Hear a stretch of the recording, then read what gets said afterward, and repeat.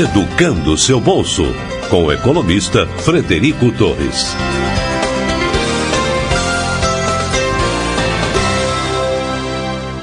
Olá, seja bem-vindo a mais uma edição do podcast Educando Seu Bolso. Tenho o prazer de anunciar aqui a presença hoje do Marcelo Barbosa, que é do Procon Assembleia aqui em Minas Gerais. Trouxe ele aqui e agradecer a presença dele, a disponibilidade para a gente conversar sobre juros abusivos, para a gente conversar sobre superendividamento e para ele poder aconselhar aí o nosso público a tratar com essa quantidade de obrigações, né, e com essas taxas cobradas nas operações de crédito que muitas vezes o cliente não consegue lidar com elas, né? Então, eu agradeço a disponibilidade aí do Marcelo e peço a ele que já se apresente aí para o nosso público. Boa tarde, é um prazer, Fred, estar aí com você, com o seu público do Educando Seu Bolso.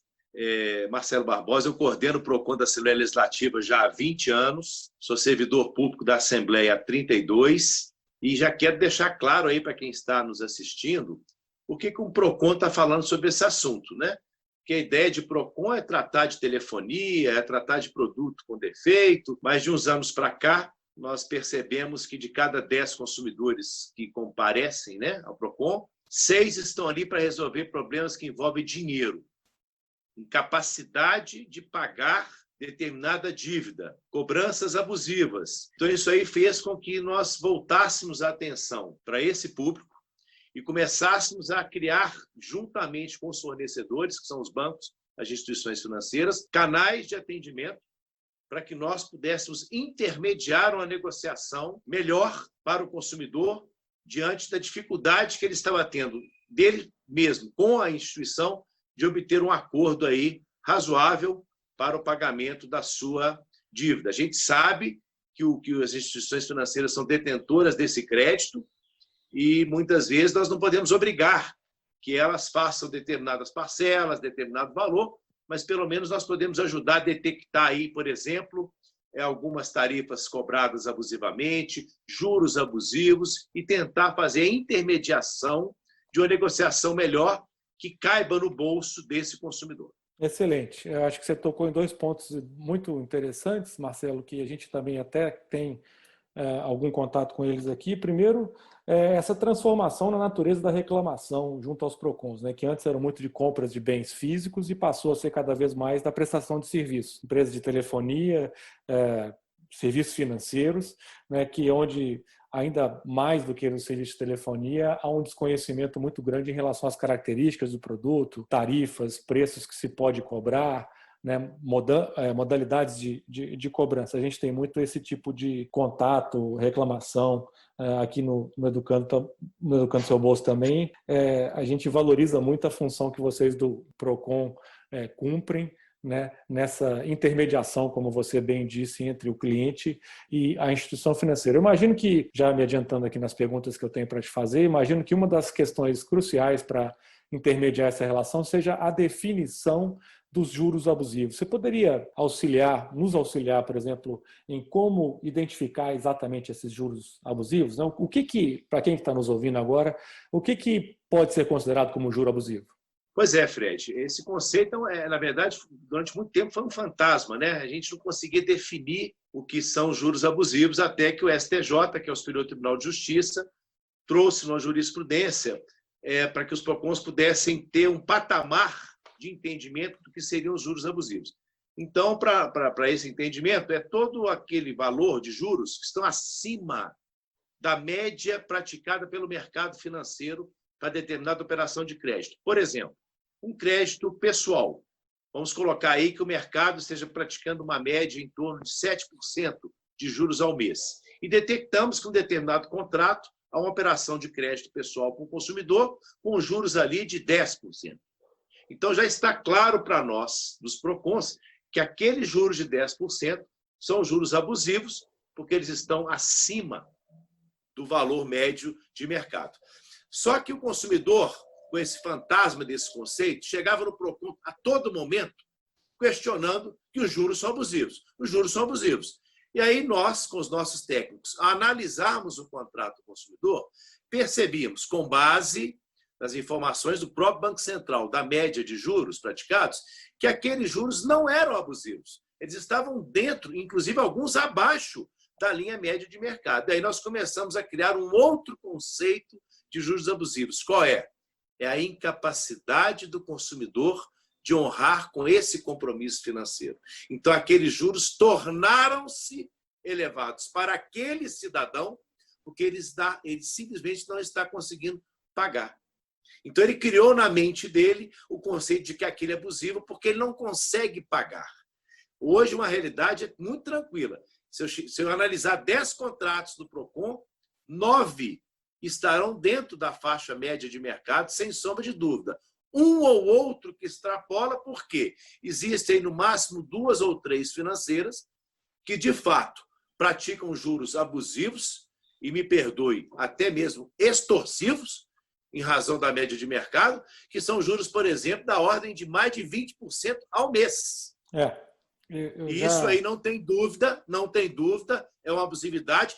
Fazemos, junto com a Defensoria Pública, uma planilha para mostrar para o consumidor que vai levar isso ao judiciário que, de fato, aqueles juros praticados por aquela instituição financeira são abusivos por estarem muito acima da média de mercado.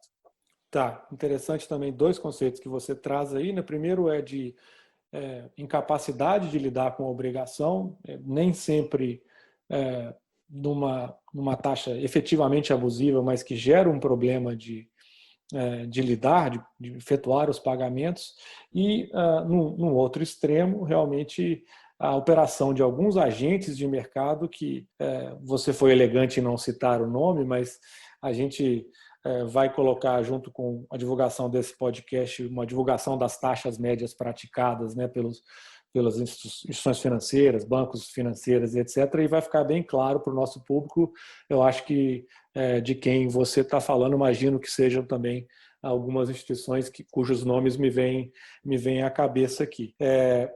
Legal que você falou também que isso é feito por modalidade, né? Se eu entendi corretamente, a avaliação de taxa média ela é feita por modalidade, até porque o nosso público já sabe, mas é sempre bom lembrar que em diferentes modalidades de crédito tem-se diferentes taxas médias de juros. Né? Você tem o famoso rotativo do cartão de crédito, o cheque especial com taxas muito altas, ou até mesmo um crédito não consignado para negativados com taxas mais altas ainda, e no outro extremo, algumas outras modalidades mais baratas, como, por exemplo, o crédito consignado.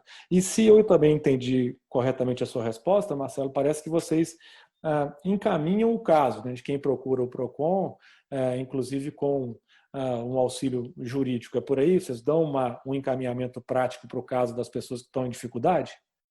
Sim, na verdade, nós temos de receber esse consumidor, ele tem que nos trazer o contrato. O PROCON vai detectar a existência de juros abusivos ou não. Não havendo os juros abusivos, nós simplesmente orientamos o consumidor que não há o que fazer, a não ser ele procurar a instituição financeira ou bancária para propor uma renegociação, para flexibilizar mais o pagamento daquela dívida. Agora, onde nós encontramos, há uma parceria aí do PROCON Assembleia com a Defensoria Pública do Estado de Minas Gerais. Os defensores capacitados por nós fazem lá, os técnicos fazem uma planilha, e essa planilha ela é utilizada para o ajuizamento de uma ação dos juros abusivos. Então, isso já existe correntemente, com uma frequência muito menor, como eu disse, porque hoje são raríssimas, né? No caso, entendemos em 2 ou 3 que estão com essa prática. Então, nós estamos atendendo o consumidor para a identificação ou não desses juros. E, se identificados, como eu disse, o passo seguinte é com a Defensoria Pública para ajuizamento de uma ação. Tá, é muito legal isso. Eu vou estressar isso mais uma vez, se você me permite. Mesmo dentro de uma mesma modalidade, crédito pessoal não consignado, esse que você, ao apertar lá o botão no caixa automático da tua instituição financeira, do teu banco, o banco com o qual você tem conta, você consegue um empréstimo. Em 2 minutos. Hein? Você consegue em 2 minutos dinheiro no bolso. Exatamente, em 2 minutos. A gente tem reclamações aqui, Marcelo, inclusive até engraçadas, de pessoas que achavam que estavam sacando o recurso de sua conta corrente sem querer obtiveram um crédito desse automático, né? Imagino que vocês tenham esse tipo de reclamação também com frequência, né? É impressionante a rapidez com que esse crédito é concedido e o papelzinho amarelo, que é o contrato com todas as informações, ele simplesmente amassa e joga no lixo, porque o que interessa para ele já está no bolso. Pois é. Pois é.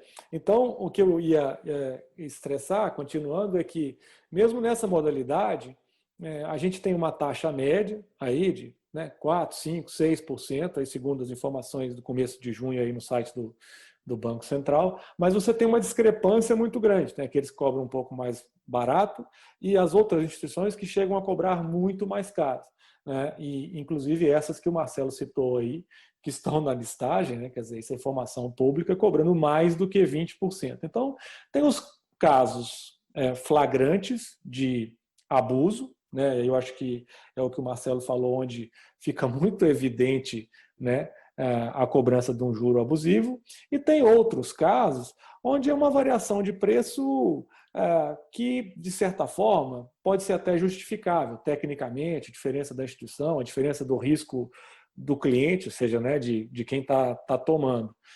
Então é preciso, eu acho que, separar essas duas questões, não é isso, Marcelo? Exatamente, é muito importante separar isso. E, além disso, nós temos aí de colocar em prática, não é, Fred, o cadastro positivo. Eu acho que é importante também, nesse momento, é um cadastro que, para mim, minha opinião pessoal, ele é ilusório, ele não existe ainda na prática, para que o consumidor possa, de fato, estando nesse cadastro positivo, verificar facilidades para ele de acesso ao crédito com juros menores. Uhum. E ele hoje se encontra aí um pouco perdido. Por isso que o parâmetro que nós pedimos a ele são dois. Primeiro, consulte o site do Banco Central para que você possa ver ali quais são as variáveis. Faça uma pesquisa de preço. Mesma coisa, você vai comprar televisão, você faz uma pesquisa de preço, vai fazer a pesquisa de preço de quanto custa o seu crédito. Quanto vai custar o seu empréstimo? E aí a outra parte é o que a gente chama do custo efetivo total, que é o CET, que já está no Código de Defesa do Consumidor há 30 anos. Ou seja, a instituição é obrigada a informar para ele por escrito quanto custa aquele empréstimo. Ou seja, quais são os juros mensais, os juros anuais, o imposto sobre operações financeiras, eventuais cobranças de tarifas bancárias, quais será o valor da parcela, a quantidade de parcelas, para que ele possa, com esse cardápio transparente, claro, preciso e ostensivo, escolher a melhor instituição para a concessão do crédito. É importante essa análise. É excelente. A gente também advoga isso aqui sempre e aconselha a comparação de preço, como você bem disse, da mesma forma que se faz para comprar uma televisão, que seja feito para se contratar uma operação financeira, né? A gente tem operações financeiras aí com diferenças de preços razoáveis que oneram a vida do cliente durante 20, 30 anos, né? Como crédito imobiliário, financiamento imobiliário, por exemplo, que 0,5%, 1% de juros ao ano pode fazer uma diferença de dezenas de milhares de reais ao final do prazo completo da operação.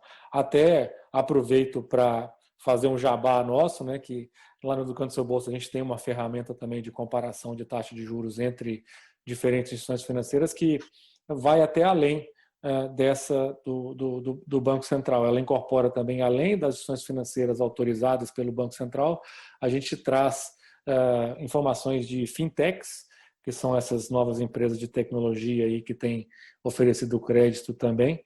Então, é uma outra fonte de consulta aí para o nosso ouvinte, para o pessoal aí que nos acompanha.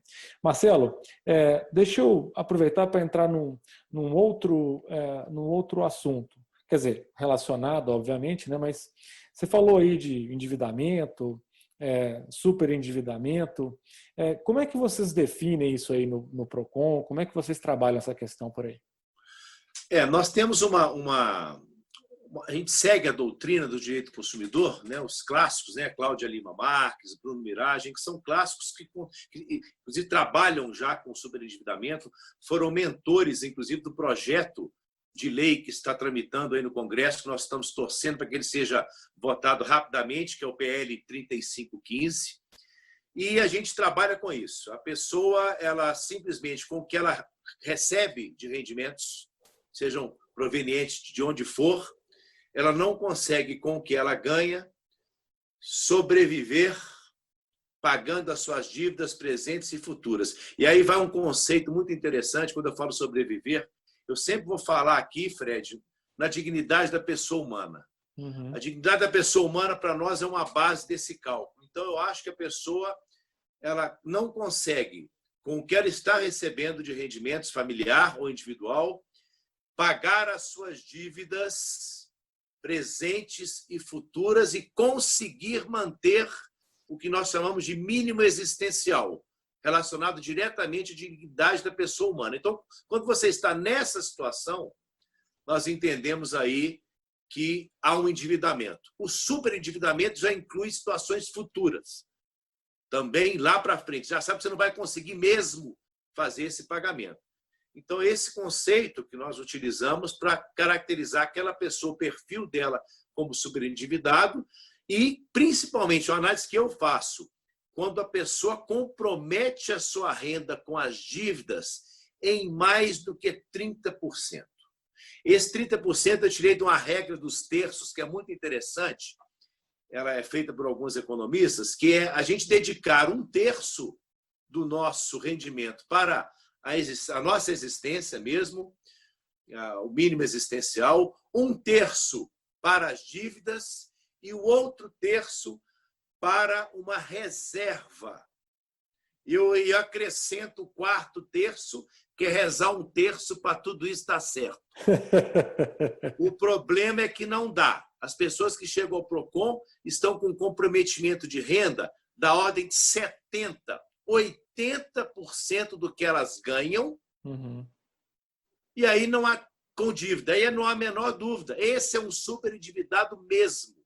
E aí eu vou aproveitar esse momento do Educando Seu Bolso para dizer onde pode estar uma das causas. Nós sabemos que o empréstimo consignado ele é um empréstimo com limitação legal de 30% do que a pessoa ganha. A parcela não pode ser maior do que 30% do que ela recebe. Só que ela, Fred, quem está nos ouvindo aí, nos escutando, essa pessoa atravessa a rua, vai no seu caixa eletrônico e ali ela compromete os outros 70%. Yeah. Não há uma comunicação entre o consignado com os demais créditos. Então, quando você vai olhar o consumidor, pedir para ele o prontuário das suas dívidas, já está o consignado todo tomado e o restante tomado por empréstimos das mais variadas ordens. Sim. E aí sobra para ele, por exemplo, quem ganha um salário mínimo, R$200 para sobreviver. Então, essa pessoa, não há a menor dúvida, é um superendividado. Ele tem que se reorganizar demais para tentar chegar num terço. Eu falo 1/3, mas já existe a teoria da metade. Nós temos decisões do STJ, por exemplo, dizendo que, além daquilo que cai na sua conta, porque o consignado já cai o dinheiro na sua conta sem já descontada a parcela do consignado. Então, daquilo que é depositado, o banco só poderá avançar 30% daquele líquido. Então, 30% daquele líquido, com os outros 30% lá do consignado, somamos 60%. Então, já há essa permissão da STJ de um avanço da ordem das dívidas de 60% que a pessoa recebe. Agora, ela tem que ser muito disciplinada para isso, porque ela vai sobreviver só com os outros 40%. Sim. E torcendo para que não aconteça nenhum infortúnio na vida dela. Por exemplo, questões de saúde, se ela não tem um plano de saúde, ou um seguro de um carro que ele não tenha, por exemplo. Então, a educação financeira, ela norteia demais. E, para mim, unicamente, uma solução a médio e longo prazo para que esse consumidor consiga criar o hábito de poupar e viver. Eu falo viver, não falo mais sobreviver. Milor Fernandes já dizia que a diferença entre existir e viver é de mais ou menos 10 salários mínimos. Então, uma coisa, as pessoas estão sobrevivendo, Fred, sobrevivendo. Entendi. Cara, muito, muito legal. Acho que você tratou questões muito importantes. Realmente, esse acúmulo de dívidas, né? Quer dizer, em cima do consignado, você vai e toma um outro no caixa automático, ou você refinancia a tua fatura de cartão de crédito, né? Você usa o limite do cheque especial e vai acumulando, né? Colocando as dívidas uma em cima da outra. No final, você não tem mais renda. É quase como se você pegasse seu salário numa mão e entregasse no pagamento de prestações para as diversas dívidas que você contraiu. O superendividamento está conceituado, né? Os juros abusivos estão conceituados. Você falou também sobre a possibilidade de encaminhar, né, ou de resolver o problema de quem está nessa situação através do PROCON. Eu queria aproveitar, o nosso tempo já está começando a apertar um pouquinho, mas eu queria aproveitar aqui para te pedir algumas dicas. É sempre bom quando a gente conta com a participação de pessoas que, como você, têm um volume muito grande de experiência na área, né, que a gente dê oportunidade para o especialista deixar aí dicas, né? Então, eu te pergunto assim, que dicas que você daria para uma pessoa que está nos ouvindo agora e que se encontra super endividada, né, para que ela consiga sair dessa situação? Pois é muito interessante. São dicas que eu utilizo na minha residência mesmo. Desde que eu fiz uma planilha do meu orçamento, eu nunca mais entrei no cheque especial. Então, fazer uma planilha do seu orçamento é igual o tempo dos nossos avós, é anotar ali quanto você ganha, quanto você pode gastar para você estar equilibrado. Então, voltar com esse hábito. Porque como nós não temos mais esse hábito, nós perdemos o controle. Por exemplo, a pessoa vai fazer um empréstimo no caixa eletrônico, um empréstimo aí de R$200 durante 2 anos. Um exemplo simples.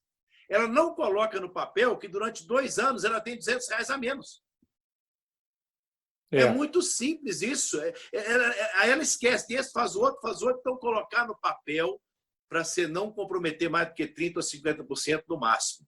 Uma outra dica importante, antes de qualquer compra, fazer a si mesmo 3 perguntas. Primeiro, se eu tenho dinheiro. E quando eu falo se eu tenho dinheiro, Fred, não é dinheiro dos outros, não é cheque especial, não é cartão de crédito, não é empréstimo, é o seu dinheiro. Eu tenho meu dinheiro. Segunda pergunta, eu preciso comprar esse produto? É necessário mesmo? Ou é um desejo? Terceiro, tem que ser agora essa compra, ela pode esperar. Conclusão, Fred, se eu responder sim às 3 perguntas, eu estou autorizado a comprar. Então, esse é um exercício que nós temos de fazer. Eu tenho dinheiro, se eu estou precisando, isso tem que ser agora. E lembrando, nós temos soluções ainda caseiras para evitar o endividamento. Porque o empréstimo é a última das alternativas do meu ponto de vista. Você tem que fazer um trabalho dentro de casa, é o soro caseiro. Como é que você faz o soro caseiro? Você enxuga ou elimina algumas coisas. Então, mudanças de hábito de consumo importantes. Eu fico brincando com as pessoas, eu falo assim, Fred, picanha acabou, meu amigo, é asinha e olhe lá. É por aí. Sim, Aí sim. a pessoa quer morar num lugar bacana, alugado na Zona Sul, não tem condições de morar por 5 vezes a menos na periferia, mas ela não quer. Então, são 2 exemplos de mudanças de hábito, coragem e atitude para dentro de casa enxugar algumas coisas, diminuir algum consumo ou até mesmo eliminá-lo, como, por exemplo, TVs por assinatura, ou a quantidade excessiva de planos de internet, enfim. Então, rever esses conceitos. E quem está com dívida, procurar o credor. Tem que procurar o credor e negociar com o credor as suas dívidas de forma que elas vão sendo organizadas na planilha para que você, a médio e longo prazo, consiga equacionar. Mas mudança de hábito é o principal motivo para que você possa se inspirar a tentar sair do endividamento. Legal, você falou aí de 2 coisas que a gente enfatiza muito aqui. Primeiro é criar um hábito de fazer um orçamento, um planejamento familiar. É simples, isso pode ser feito com lápis e papel de pão, né? Basta realismo e praticidade. Você tocou num outro ponto que é importante também, que é a revisão de gastos, né? Prioritários. A gente já fez aqui, inclusive, outros episódios de podcast tratando de como é possível cortar no plano de telefonia, inclusive até com ganho de qualidade, velocidade, etc. Muitas vezes existem ferramentas que podem auxiliar isso, como é possível cortar no pagamento de tarifas desnecessárias, né? Aqui no Educando Seu Bolso a gente tem também uma ferramenta que permite a comparação de contas digitais, onde você consegue ter um banco que te atende sem necessariamente ter que pagar um pacote de tarifas. Então, tem conceitos e cuidados para ser feitos, como o Marcelo falou, dentro de casa, para que você não chegue nessa situação. Mas vamos supor que o cara já está no buraco, né, Marcelo, e ele acha que está pagando juros abusivos. Ele escutou aqui o podcast do Canto do Seu Bolso, eu acho que eu posso estar nessa situação. E aí eu te pergunto, assim, o que fazer? Ele procura o banco primeiro, como você sugeriu, ele consulta lá as taxas médias para a modalidade que ele tem, compara com a dele, ou ele procura o PROCON mais próximo aí dele? O que você aconselharia, Marcelo? Bom, nesse momento, Fred, principalmente nesse momento de pandemia, os PROCONs estão com suas portas fechadas para atendimento presencial. Então, a minha orientação é que esse consumidor procure diretamente o seu gerente de banco.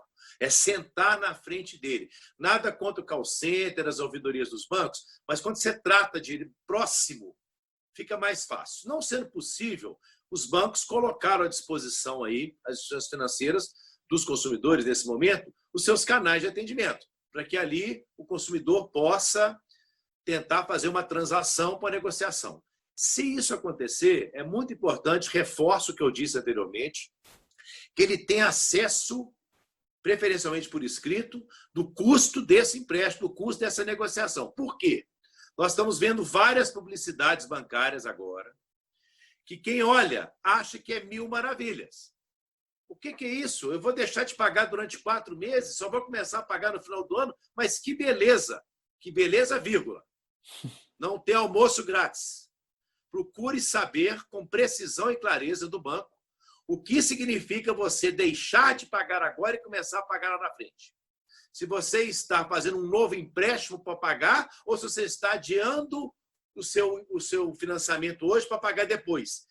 E isso são operações distintas, tem que ser claro para o consumidor, para ele não ter surpresa lá na frente do que de fato ele vai pagar. Então, isso eu estou sentindo falta, não só na publicidade dos bancos, há uma ação aí judicial contra todos os bancos, determinando uma clareza maior nessa publicidade, porque do jeito que ela parece, está tudo muito tranquilo. Então, procure o banco, entenda o que significa adiar o pagamento, entenda o que significa renegociar o que você tem hoje, ou se é uma nova dívida, ou se é uma negociação daquela, ou se é um adiamento ou carência, para que você saiba quais são os juros, como é que eles serão colocados, a partir de que momento, em que percentual. E, por último, não sendo possível esse contato direto, Fred, do consumidor com o banco, seja pessoalmente ou através dos canais de atendimento, existe uma plataforma que ela é monitorada pelo Ministério da Justiça, que é o www.consumidor.gov.br. Todas as instituições bancárias e financeiras elas estão lá e ali o consumidor se cadastra, encontra o seu credor e faz a proposta de negociação. Lembrando, ele vai receber um contato em até 10 dias e, ao receber essa proposta, ele tem que estar junto com ela quais os juros estão sendo aplicados a ele, para ele entender se é um bom ou um mau negócio com aquela instituição. E não podemos esquecer, né, Fred? Nós dois aqui não tocamos no assunto. Tem o Instituto de Portabilidade do Crédito também. Então, é importante que o consumidor procure, quem sabe, uma outra instituição que ofereça condições melhores para ele, que ele possa portar o crédito para essa nova instituição. Olha aí, quanta dica boa do Marcelo. A plataforma de renegociação, né, o consumidor.gov.br, é isso? Exatamente, consumidor.gov.br. É como se fosse um contato, a intermediação do consumidor com o fornecedor, monitorado pelo Ministério da Justiça, onde está lá a Secretaria Nacional do Consumidor, a Senacom. Excelente. Provavelmente fazendo acordos talvez até melhores do que aqueles que você faria se agisse, né, independentemente com o seu banco. Não é isso, Marcelo? Sem dúvida, sem dúvida. Que ótimo, excelente dica. E tocou também mais 2 outros pontos muito bons, Marcelo. Primeiro é o Instituto da Portabilidade de Crédito, né, que é uma possibilidade de economizar dinheiro pagando menos juros ao trocar a sua dívida de uma instituição financeira para outra. Isso é mais fácil do que as pessoas imaginam, né? A figura que me vem à cabeça é a portabilidade do número de telefone, né? Que muita gente já fez, mas do crédito ainda não fez. Então, pensa num mais ou menos parecido com o outro. E uma outra questão que o Marcelo trouxe, que ia ser a minha última pergunta para ele, nosso tempo já está bem estourado, que é a questão do custo efetivo total, do contrato, né?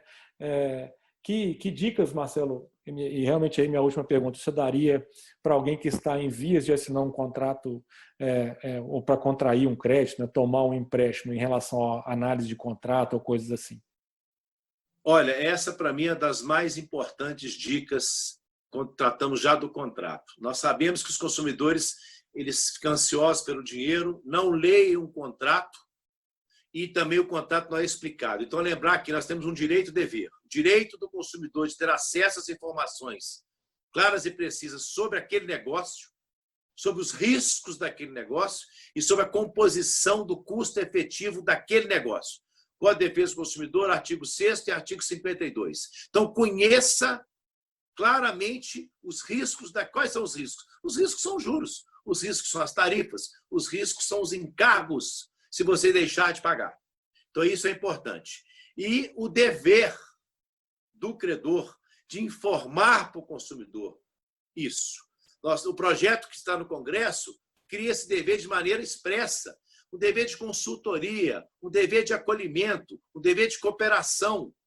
Não é, tem que tudo estar ali na confiança, na lealdade, na boa-fé. Porque ele vai ler o contrato com calma, vai saber os riscos para poder decidir com segurança se aquele de fato é ou não é um bom negócio para ele. Exigir a cópia do contrato e exigir o documento à parte, que é o 7, custo efetivo total, para que ele possa analisar com calma e aí, de fato, opor a sua assinatura. Excelente, maravilha. Mais uma vez, é importante esse alerta que você faz também aí das propagandas, né? Se veicula uma propaganda muitas vezes ressaltando apenas o lado positivo ou não dando ênfase para riscos ou para tarifas e outros custos embutidos e associados que, né, têm que ser levados em consideração, que fazem parte do custo efetivo total. Outra dica boa, mantenha uma cópia do contrato, né? Essas operações vão te acompanhar durante alguns anos e pode ser necessário fazer uma ação revisional ali lá na frente. E se você não tiver o contrato, vai ficar bem mais difícil para você, inclusive, escutar esse podcast aqui e entender se essa situação te pertence mesmo ou não. Marcelo, eu só tenho que te agradecer, estourei meu tempo aqui, a participação, deixar para alguma consideração final que você, porventura, ainda tenha, mas muito obrigado mais uma vez, hein? Pois é, Fred, eu que agradeço, um bate-papo muito bacana e, por fim, não esquecer, ao contrair esse empréstimo, lembrar sempre se aquela parcela vai caber no seu bolso e não vai comprometer o seu mínimo existencial. Esse raciocínio que o consumidor tem que fazer para evitar o superendividamento. Parabenizo aí o programa super educativo de utilidade pública máxima, ok? Você aí e o seu pessoal. Um grande abraço a você e quem está nos ouvindo aí do Educando Seu Bolso. Muito obrigado, um abraço para você, para o nosso público. Peço que nos critique, reclame daquilo que não gostou, sugira os próximos assuntos que você quer que a gente trate aqui, né? Para que o nosso podcast seja cada vez mais pertinente e, assim como o PROCON, auxilie cada vez mais o consumidor brasileiro a não desperdiçar, a não queimar o seu suado dinheirinho com gastos desnecessários aí. Grande abraço, Marcelo, muito obrigado, hein? É isso aí, um grande abraço, saúde física, mental e financeira.